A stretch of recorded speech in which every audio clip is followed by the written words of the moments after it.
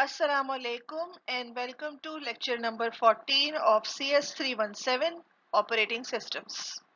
This video covers the topic of concurrency. We use chapter number 5 of the William Stallings book. We looked in detail at the compare and swap instruction. We learned how to trace the execution of parallel or concurrent processes. We looked in detail at the exchange instruction. We conducted an analysis of the machine instruction approach to mutual exclusion. Finally, we learned about semaphores. Let us continue our discussion on semaphores.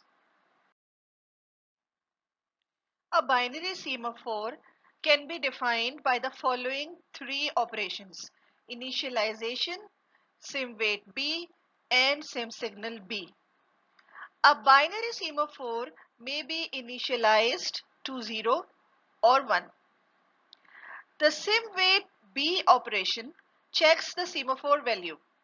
If the value is 0, then the process executing the simwait B is blocked.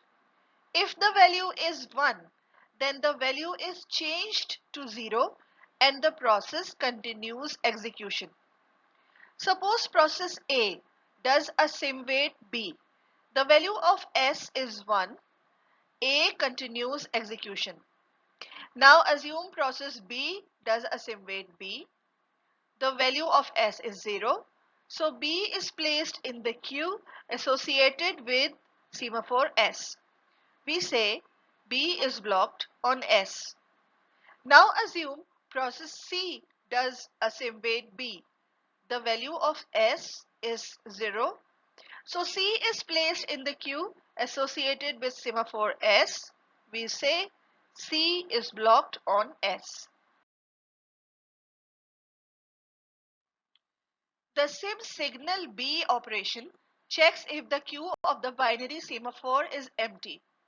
If so, its value is set to 1. Otherwise, a process is unblocked from the queue and added to the pool of executable processes. Suppose any process other than B and C does a simsignal B. The queue is not empty, B is unblocked and resumes execution. Suppose any process other than C does a simsignal B.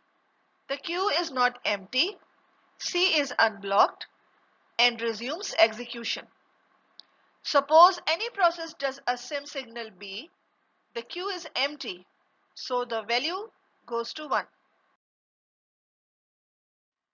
On this slide, I give you the binary semaphore primitives.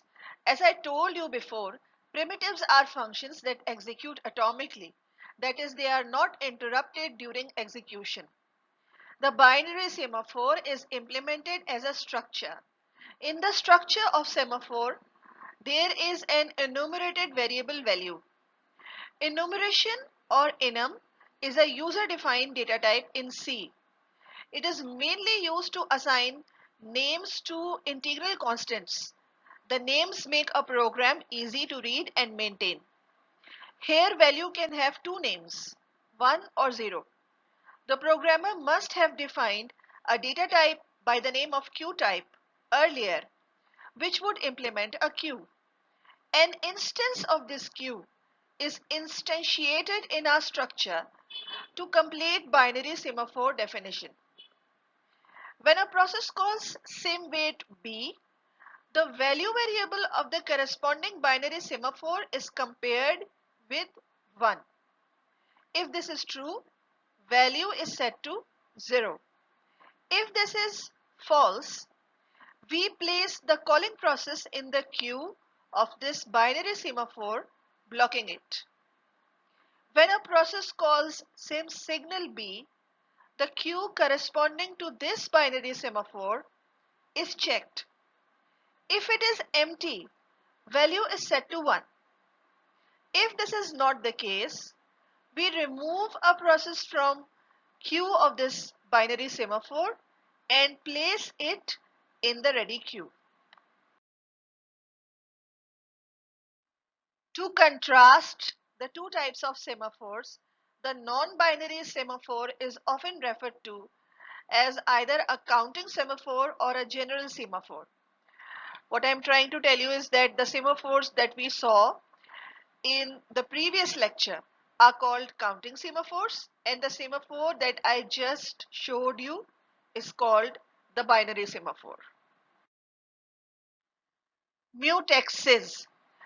You must have noticed that with counting and binary semaphores, a process blocks because it executes the wait primitive, but it cannot unblock itself. Any process blocked on a counting or binary semaphore is unblocked by another process which executes the signal primitive. A concept related to the binary semaphore is the mutex. A key difference between the two is that the process that locks the mutex or sets the value to 0 is the one to unlock it set the value to 1.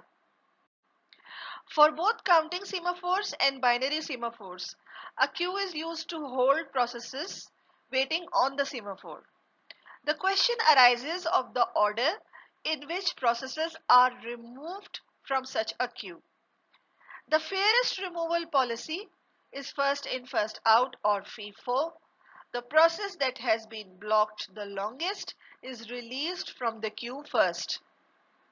A semaphore whose definition includes FCFS as the queuing discipline is called a strong semaphore. A semaphore that does not specify the order in which processes are removed from the queue is a weak semaphore. This figure depicts the operation of a strong semaphore. Here processes A, B and C depend on a result from process D. Initially A is running, B, D and C are ready, and the semaphore count is 1, indicating that one of these results is available. When A issues a sim wait on S decrements to 0 and A can continue to execute. Subsequently, it rejoins the ready queue, then B runs.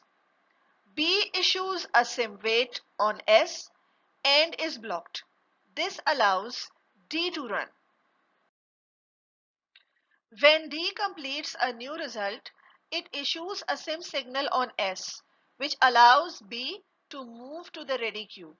D rejoins the ready queue and C begins to run. C is blocked when it issues a sim wait on S. Similarly, A and B run and are blocked on S. This allows D to resume execution. When D has a result, it issues a sim signal on S which transfers C to the ready queue.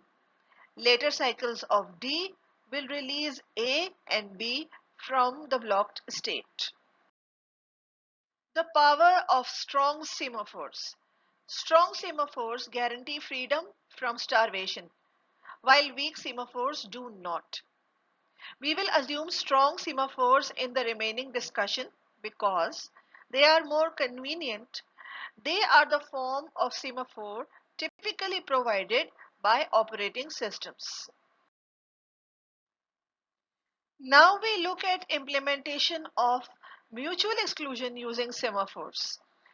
You can see that a constant integer n determines the number of processes that will be combating to get into critical section. If n is 5, this means there is a shared modifiable resource which is required by 5 processes, and we are going to make sure that it is given to only one of them at any time. The semaphore is initialized to 1. When we use semaphores to implement mutual exclusion, the initialization of the semaphore must always be made to 1. Because if you initialize the semaphore to a positive value x, x processes will be able to get inside critical section Implementing mutual exclusion means letting only one process in. So the initial count of S has to be 1. In the main program, we begin n processes in parallel. This means all of them are created and added to the pool of executable processes at the same time. Each of these processes executes the code written in the function P. In the function P, a process loops forever due to the while loop. In the body of the loop, we see that the process first calls simWait, then moves into critical section, then calls simSignal as it moves out, and completes the remainder of its code. Students, I want you to memorize this. If you want to implement mutual exclusion on a critical section, you must sandwich the critical section between a simWait and a simSignal in such a way that simWait is always before critical section and simSignal is always after it. When the first process makes a simWait, the semaphore count goes to 0. As count is not negative, the first process enters critical section. Now any other process making a simWait will decrement the count and make it negative and will be blocked in the queue of the semaphore. When the process inside the critical section moves out, it issues a simSignal which increments the count and unblocks one process from the queue. Let us make a parallel trace for 3 processes trying to access some shared modifiable resource in their critical sections.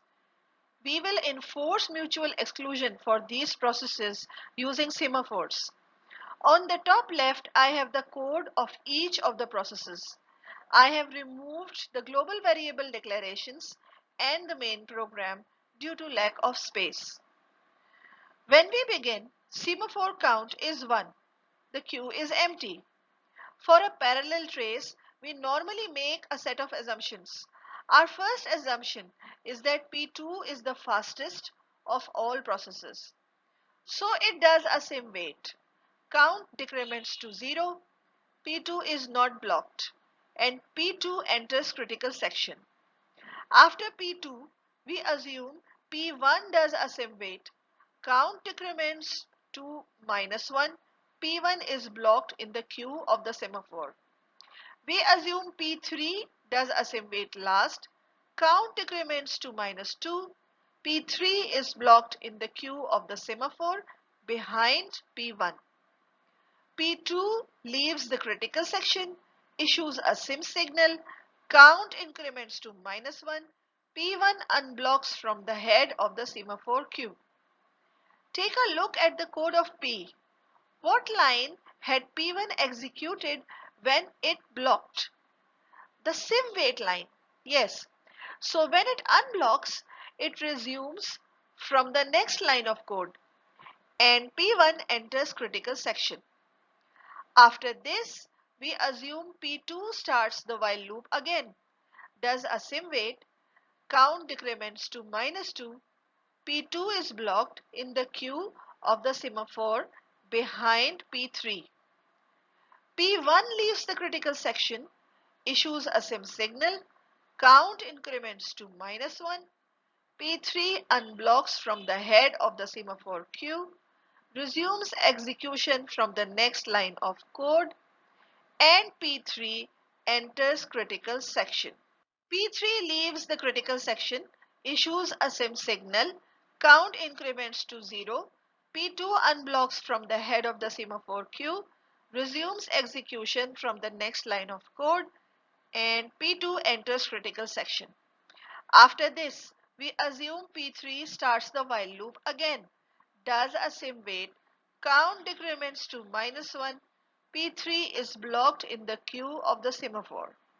After this, we assume P1 starts the while loop again, does a simWait, count decrements to -2, P1 is blocked in the queue of the semaphore behind P3.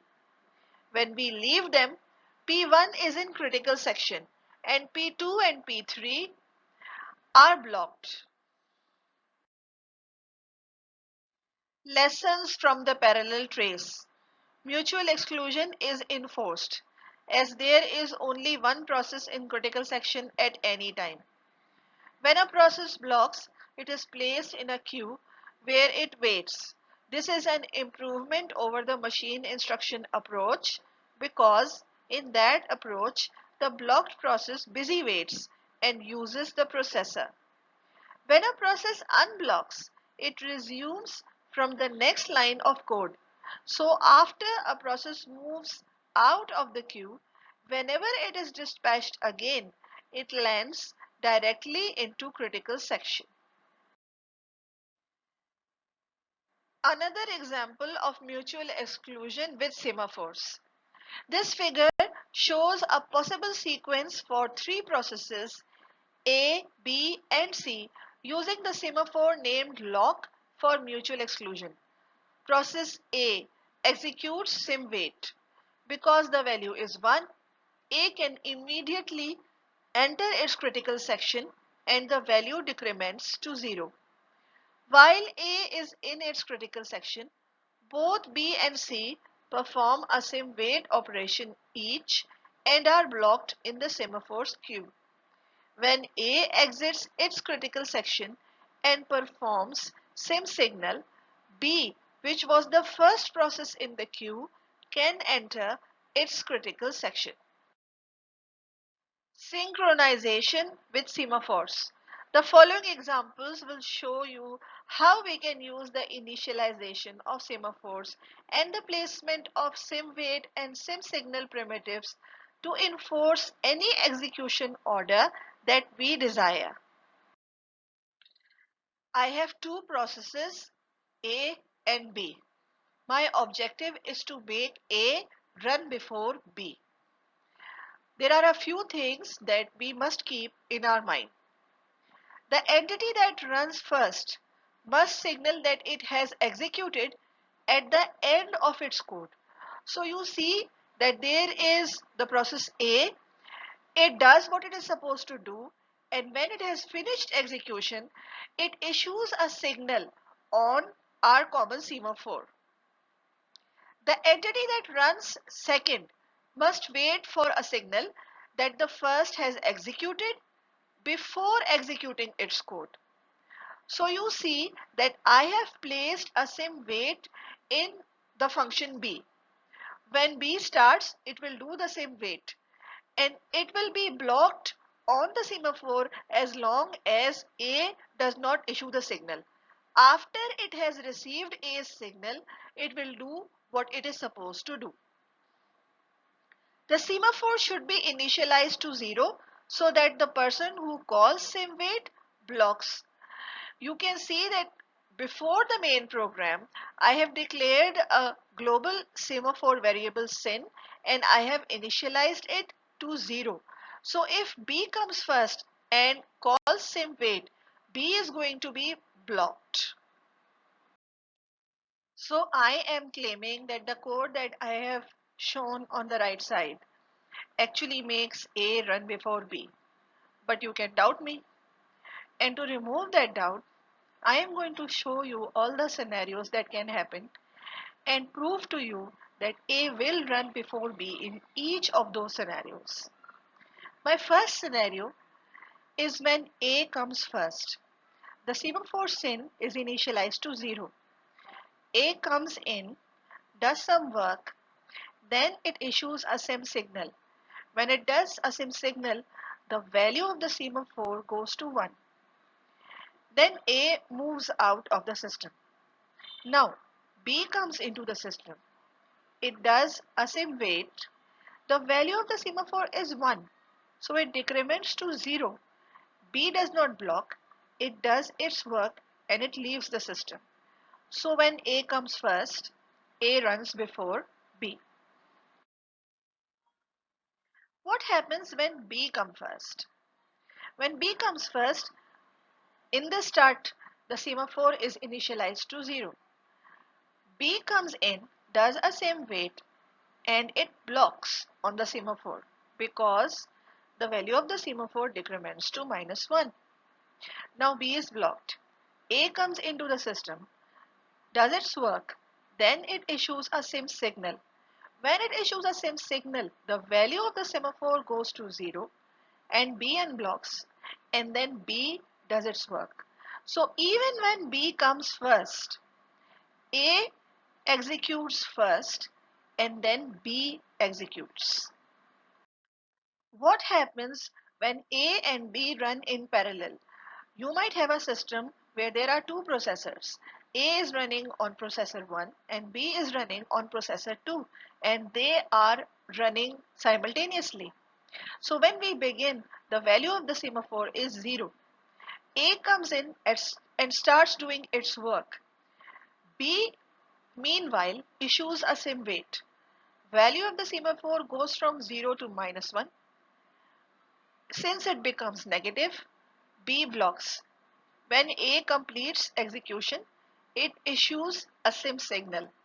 Value of the semaphore increments to 0.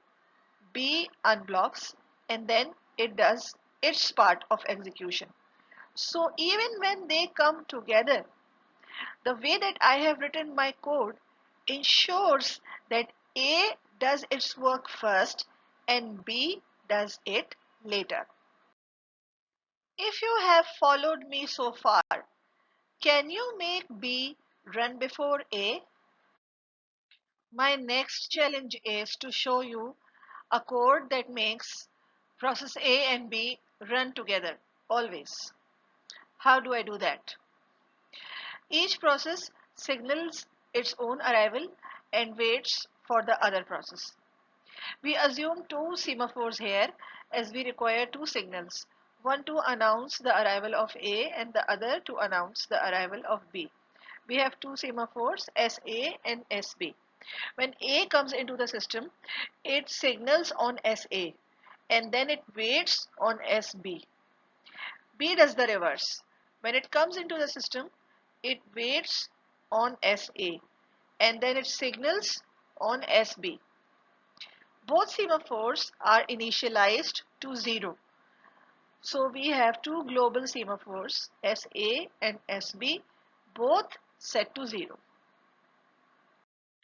Again, I have to prove my claim to you that the code on the right will ensure that A and B always run together. So scenario by scenario, I'm going to prove it. My first scenario is when A comes first.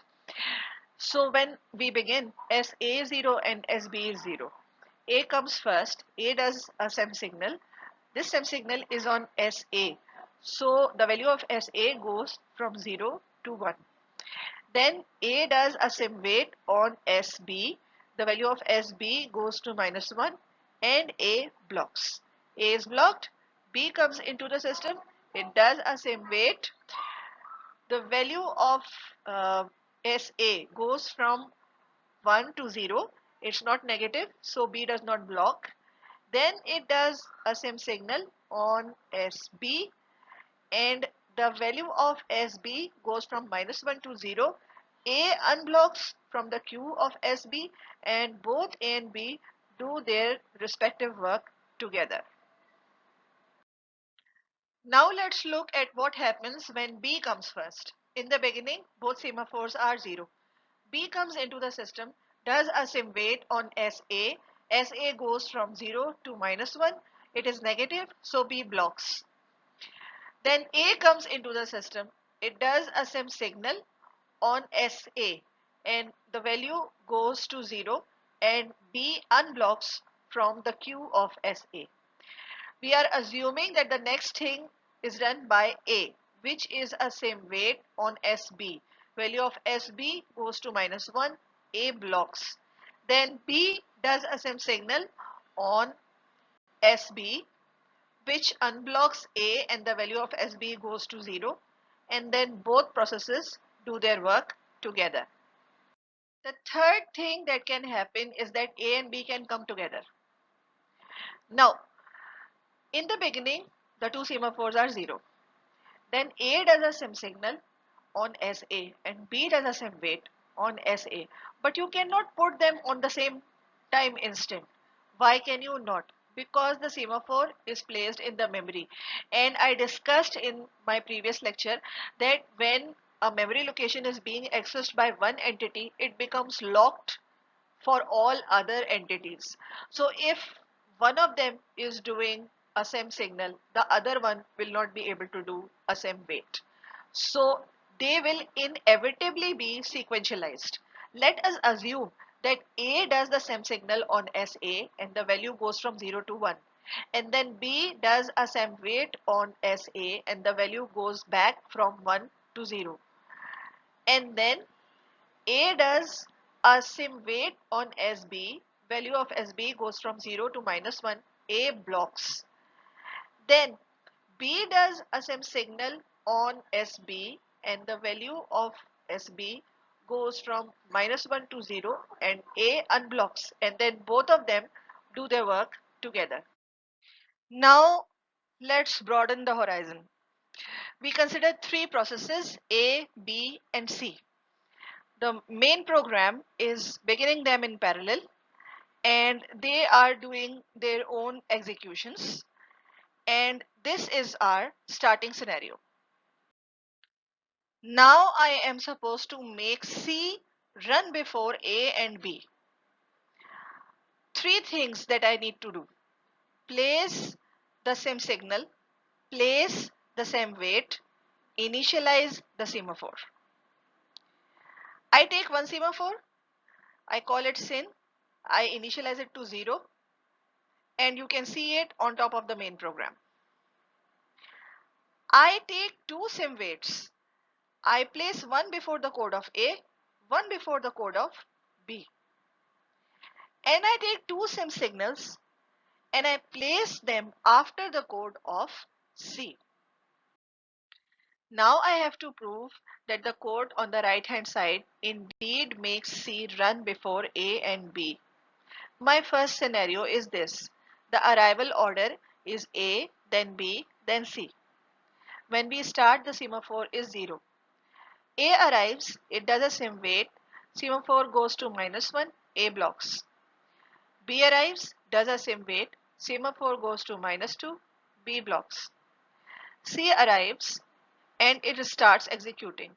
When it finishes execution, it does a sim signal, semaphore goes to -1 and the first process which blocked unblocks. The first process that blocked was A, so A unblocks. Then C does another sim signal which unblocks B and the semaphore becomes 0. And you can see that C has already finished its execution. So after C has finished execution, then A and B can run in any order. The only order that we wanted to enforce was that C should always come before A and B, and that's done. Scenario number 2, arrival order is A, then C, then B. Semaphore is 0, A comes in, does a sim wait, semaphore goes to -1, A blocks. C comes in, does its work, issues a sim signal which unblocks A, semaphore goes to 0. A starts doing its work, meanwhile C is doing another sim signal, semaphore goes to 1. Then B comes in, it does a sim wait, semaphore goes to 0 and B does its work. Again, in this table you can see that first C executes. After it has executed, then A and B can execute in any order. Our next scenario is when B comes in first, then A comes in and then C comes in. So B comes in, does a sim wait, semaphore goes from 0 to -1, B blocks. Then A comes in, does a sim wait, semaphore goes from -1 to -2 and A blocks. Then C comes in, executes, issues the first sim signal which unblocks B, semaphore goes to -1. Then it issues the second sim signal which unblocks A, semaphore goes to 0. In this table, again you witness that C executes first and then A and B can execute in any order. Now the order of processes is B first, then C, then A. Semaphore is 0, B comes in, does a sim wait, semaphore goes to -1, B blocks. C comes in, executes, does the first sim signal which unblocks B, semaphore goes to 0. Then C does another sim signal which increments the semaphore to 1. Meanwhile, B is doing its work. A enters the system, does a sim wait, semaphore goes to 0, and A does its work. Again, we see that C executes first and B and A execute after it in any order. In our next scenario, C comes in first, then A, then B. C comes in, the semaphore is 0, it executes, then it does two sim signals and the semaphore goes from 0 to 1 to 2. Then A comes in, it does a sim wait, semaphore goes to 1. B comes in, it does a sim wait, semaphore goes to 0. Again we see that C executes first and after that A and B execute in any order. Finally, the arrival order is this. C comes in, then B, then A. The semaphore is 0, C executes, does the first sim signal, semaphore becomes 1. Does the second sim signal, semaphore becomes 2. B comes in, does a sim wait, semaphore becomes 1. B does not block, continues execution. A comes in, does a sim wait, semaphore becomes 0. A is not blocked, continues execution. Again we see that C executes first and B and A execute after C in any order. Many times students ask me why I use only one semaphore to make C run before A and B. They argue that it can be done with two semaphores, and the way they arrange the weights and signals of the semaphores and the way they initialize them is depicted on this slide. And then they argue that this is also correct. This code not only makes C run before A and B, it also makes A run before B. How?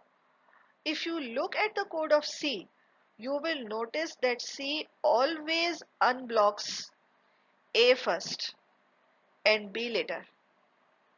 So, when you are given a synchronization problem, it is your duty to enforce only the synchronization requirement that has been given to you. You should not enforce more synchronization than required. You should not enforce more order than necessary. We are enforcing an additional order here. A will always run before B.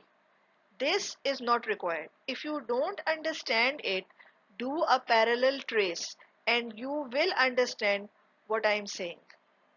And what I am trying to tell you is that this is wrong because my task was to make C run before A and B. My task was not to enforce any kind of order between A and B. So whatever additional work I am doing, this was not required. So this solution is not correct. If you have followed me so far, make C run after both A and B. Make the three processes run in this order: B, A, C. I am given three processes which are begun parallelly by the main program, and I have to make sure that C runs before A and B. There is a global integer x and A adds 2 to x. It reads x, adds 2 and then it writes x. B subtracts 5. It reads x, subtracts 5 and then writes x back. And C decrements the value of x. If you look at A, B and C, you will understand that all A, B and C are modifiers or writers of the shared modifiable data piece, that is x. And this brings us an old problem, the problem of mutual exclusion. We need to enforce not only synchronization such that C runs before A and B, we also have to enforce mutual exclusion. The question is, where will we enforce mutual exclusion? Now, when we enforce synchronization, we will be making C run before A and B. So we do not need to enforce mutual exclusion in C. But A and B can run together and A and B can run in any order. So mutual exclusion needs to be enforced between A and B. So this is my final code which implements synchronization such that C runs before A and B. For this, I use a semaphore sin and I initialize it to 0. The signals of sin, both of them, are placed at the end of the code of C. One weight of sin is placed in the beginning of the code of A, the other weight of sin is placed in the beginning of the code of B. Sin ensures that C always runs before A and B. There is another semaphore that I use which I call ME. I initialize this semaphore to 1. I identify my critical sections. A has a critical section and the line in this critical section is x equals x plus 2. B has a critical section and the code in this critical section is x equals x minus 5. I sandwich both critical sections with weights and signals of semaphore ME. In this way, I guarantee that A and B do not ever manipulate the global variable x together. I also guarantee that C runs before A and B. I urge you to make a parallel trace of this code and convince yourself that I accomplish everything that I have said. Again, I am given 3 processes which are begun parallelly by the main program. These 3 processes are now working with a global integer x. I have to run them in such a way that C always runs before A and B. So the first thing I look at is what do they do with the integer x. A reads x, adds 2 to it and prints. B reads x, subtracts 5 and prints. C decrements x. So the only writer of x or the only modifier of x is C. When I will enforce synchronization, I will make C run before A and B. A and B will never write on X. They will only read X. So this means that I only need to enforce synchronization here. I do not need mutual exclusion because remember I told you that we require mutual exclusion on shared modifiable data. X is shared between A and B, but A and B will never modify it. In this lecture, we explored binary semaphores, we implemented mutual exclusion using semaphores, and we implemented synchronization using semaphores. Finally, I want you to read the book, make the parallel traces that I have made, um, do the exercises that I asked you to do during the course of this lecture. Keep your questions with you relevant to this lecture when we are up for its online session. And if you have any suggestions, mail them to me. Take care of yourself. Allah Hafiz.